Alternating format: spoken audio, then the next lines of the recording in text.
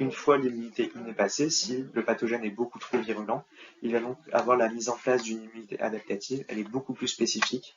En effet, les globules blancs qui seront mis en action seront cette fois-ci ceux qui seront gardés dans les ganglions lymphatiques ou la rate. Ce sont donc les lymphocytes. Ces lymphocytes donc sont dits spécifiques car leurs récepteurs ne peuvent identifier qu'un seul pathogène à la fois. Ils peuvent donc en avoir qu'une fois, mais cela va donc engendrer une plus grande efficacité donc de la réaction. Ils ont donc chacun des récepteurs différents. C'est donc la réaction adaptative qui est donc beaucoup plus spécifique et beaucoup plus efficace surtout. Cette spécificité donc des récepteurs se fait surtout par la génétique. En effet, ces récepteurs sont constitués de chaînes lourdes, mais aussi de chaînes légères, chacun entouré. Les chaînes lourdes et légères ont chacun une partie non variable. Par exemple, on peut voir qu'il n'y a que 2 segments génétiques possibles pour la lettre C. Cette du coup non-variabilité va donc engendrer qu'environ la plupart des récepteurs vont donc avoir la même partie non variable. Néanmoins, les chaînes lourdes et légères ont aussi une partie variable avec des fois plus de 40 segments, ce qui peut donc représenter des millions et des millions de combinaisons génétiques possibles et donc des millions et des millions de récepteurs différents. On peut donc avoir un nombre infini de pathogènes qui va être identifié et donc il y a en principe autant de pathogènes que de récepteurs, ce qui est qu'en théorie, car avec les mutations que peuvent avoir des pathogènes, il faut avoir de nouveaux récepteurs. Ainsi donc, l'immunité adaptative est aussi très spécifique à sa manière d'agir par rapport aux cellules. En effet, les lymphocytes utilisés vont avoir des récepteurs différents entre eux, mais en plus, les lymphocytes entre eux vont avoir des titres donnés. Par exemple, si c'est endocellulaire, si l'infection est dite endocellulaire, c'est-à-dire que la bactérie ou l'agent infectieux exerce son pouvoir à l'intérieur de la cellule. Elle va donc infecter la cellule et mettre à sa surface, à sa membrane, des peptides antigéniques, comme vu pour les CPA juste avant. Cela va donc permettre de reconnaître que la cellule n'est pas présente dans le corps naturellement, elle est donc étrangère au corps. Ainsi donc, quand c'est endocellulaire, les lymphocytes vont être différents par rapport au pathogène, à l'antigène, mais aussi par rapport au mode d'action de la bactérie. L'action est dite à médiation cellulaire. On peut voir donc ici, juste avec ce schéma, que les cellules donc, qui ont été infectées par médiation cellulaire vont être phagocytées par des CPA lors de la réaction innée. Elle va donc les ingérer et faire la phagostéose comme vu précédemment, et garder à leur surface les peptides antigéniques, comme dit aussi précédemment et illustré dans le document juste à droite. Ensuite, une fois avoir ces peptides antigéniques, ces CPA vont donc remonter jusqu'au ganglion afin de faire la rencontre de lymphocytes bien spécifiques au fait que ce soit une médiation cellulaire. Ainsi, donc, une fois dans les ganglions, les CPA, avec les peptides antigéniques, vont être au contact de lymphocytes TCD4 et TCD8. En effet, j'avais dit que c'était spécifique, car même le mode d'action des bactéries, en fonction de si c'est extra ou endocellulaire, va déterminer quel type de lymphocytes vont agir. Il y a donc la spécificité des récepteurs, mais aussi des lymphocytes par rapport au mode d'action. Ainsi, donc, la CPA va donc s'adresser à plusieurs lymphocytes TCD4 et TCD8 ayant entre eux les mêmes récepteurs, car nous allons voir qu'ils vont, entre guillemets, coopérer dans cette réponse dite adaptative. Elle va donc présenter son peptide antigénique et ça va donc permettre la sélection clonale. Elle va donc choisir celle qui a un motif complémentaire afin de continuer la réponse adaptative. On peut donc le voir ici encore une fois avec les documents, le récepteur avec du TCD4 ou TCD8 avec le peptide antigénique de la CPA, cellule présentatrice d'antigènes.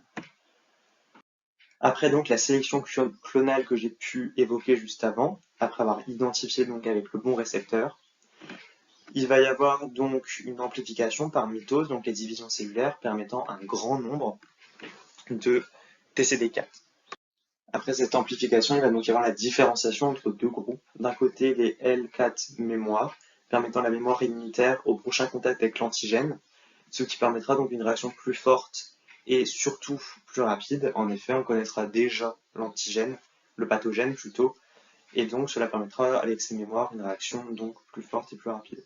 Le deuxième groupe, c'est des L4 helpers ou auxiliaires qui vont donc permettre la continuité de la réponse adaptative et surtout une capacité à booster avec des médiateurs chimiques les capacités immunitaires des autres cellules dans l'immunité adaptative.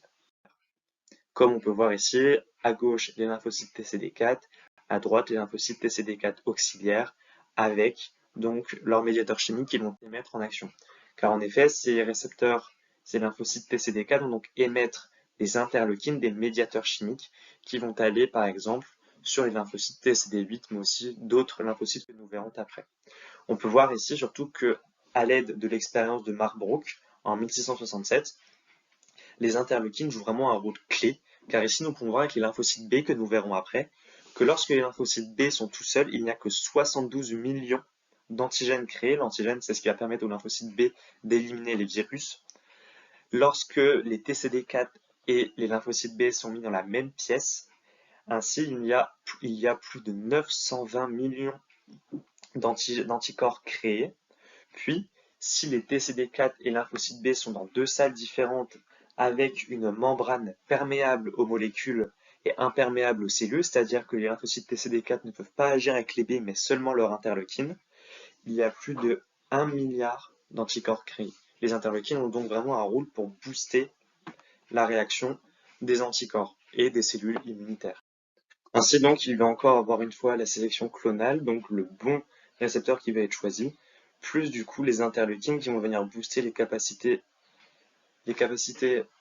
immunitaires des TCD8. Il va donc, après cette sélection clonale, avoir une amplification par mitose permettant une abondance donc de TCD8. Après cela, il y a donc la phase de différenciation entre deux groupes. D'un côté, les L8 mémoires, permettant la mémoire immunitaire comme dit précédemment, et d'un côté, les lymphocytes cytotoxiques, permettant donc la réponse immunitaire qui va éliminer les pathogènes endocellulaires infectés. Ainsi, dans les cellules infectées, les lymphocytes TCD8 vont s'accrocher aux peptides, envoyer à l'intérieur de cette cellule infectée des perforines, donc des médiateurs chimiques, qui va engendrer la mort par apoptose de la cellule infectée, c'est-à-dire qui va l'obliger à s'auto-détruire. On peut le voir ici, donc à gauche dans le document les lymphocytes T plus ensuite les lymphocytes cytotoxiques et puis à droite l'action des lymphocytes sur une cellule infectée. Néanmoins, je disais donc que l'action des lymphocytes dans l'immunité innée était spécifique, car en fonction de si l'infection va être intracellulaire, donc dans la cellule, ou extracellulaire, comme nous allons voir ici, les lymphocytes changent. Il y a donc les récepteurs qui sont uniques, donc beaucoup plus nombreux, plus des lymphocytes qui sont chacun spécialisés à leur mode d'infection. Si c'est extracellulaire, il y a donc des agents pathogènes qui sont à l'extérieur de la cellule qui vont l'infecter. Ils vont donc l'infecter, puis il va avoir à sa surface les marqueurs antigéniques du pathogène. La médiation est dite. Ainsi donc, avec cette spécificité des lymphocytes B pour ce mode d'action précis des cellules dites à médiation humorale, les lymphocytes B, eux, n'ont pas besoin de CPA pour identifier le pathogène. En effet, c'est eux-mêmes qui vont l'identifier en le trouvant. Le lymphocyte B concerné, du coup, va le trouver, ça va être une sélection clonale. En effet, le lymphocyte B avec les bons récepteurs va être choisi pour le clonage qui va se faire juste après, afin de continuer la réponse adaptative par médiation humorale, donc comme on va le voir. On peut voir ici donc la photo au microscope d'un lymphocyte B. Ainsi donc, nous allons pouvoir voir que ces lymphocytes B vont donc pouvoir agir avec en plus les interleukines émises par les lymphocytes TCD4. En effet, par médiation cellulaire, lorsque les TCD8 éliminaient les cellules infectées, elles éliminaient les cellules infectées plus la bactérie qui était à l'intérieur de la cellule. Par médiation humorale, il faut d'un côté éliminer la cellule infectée. Lorsque les CPA vont ingérer, avoir le peptide, se présenter aux lymphocytes T, ceux-là vont donc agir contre les cellules infectées. Néanmoins, il faut quand même tuer le pathogène qui est extérieur, car si on ne l'élimine pas, il continuera toujours à infecter des cellules. Donc les lymphocytes T vont d'un côté éliminer les cellules infectées, les interleukines des TCD4 vont arriver en lymphocytes B, Il y a donc, après cette phase donc, de sélection clonale que j'ai pu dire, une phase d'amplification par mitose, donc par la division cellulaire de la mitose. Ainsi, donc, après cette phase d'amplification, il va y avoir une phase de différenciation. En effet, il va encore y avoir les deux groupes comme présents avec les lymphocytes TCD4 et TCD8. D'un côté, les LB de mémoire qui vont permettre la mémoire immunitaire comme nous le verrons juste dans la vidéo d'après. Puis, les lymphocytes B, plasmocytes dits antigènes, qui vont donc pouvoir aller éliminer les bactéries extracellulaires. On peut donc voir ici la représentation à gauche d'un lymphocyte B puis le plasmocyte et à droite l'action des anticorps qui vont être créés par les lymphocytes B. Ainsi, ces lymphocytes B faisant partie des plasmocytes vont générer une grande quantité qui est appelée anticorps, à savoir que ces anticorps ont la même forme que les récepteurs du lymphocyte B ayant capté le pathogène durant la phase qu'on appelle sélection clonale, la phase du coup où le lymphocyte B va être désigné car le pathogène lui est complémentaire. Ainsi, donc, ces anticorps vont donc se fixer au pathogène jusqu'à sa mort. Les débris cellulaires ou encore les cellules mortes vont être ingérés donc par les macrophages lors de la fin donc de cette immunité humaine. Dans la prochaine vidéo, nous allons donc voir quel est le principe de la mémoire immunitaire basée sur les cellules mémoire qui ont été gardées lors de la réponse adaptative.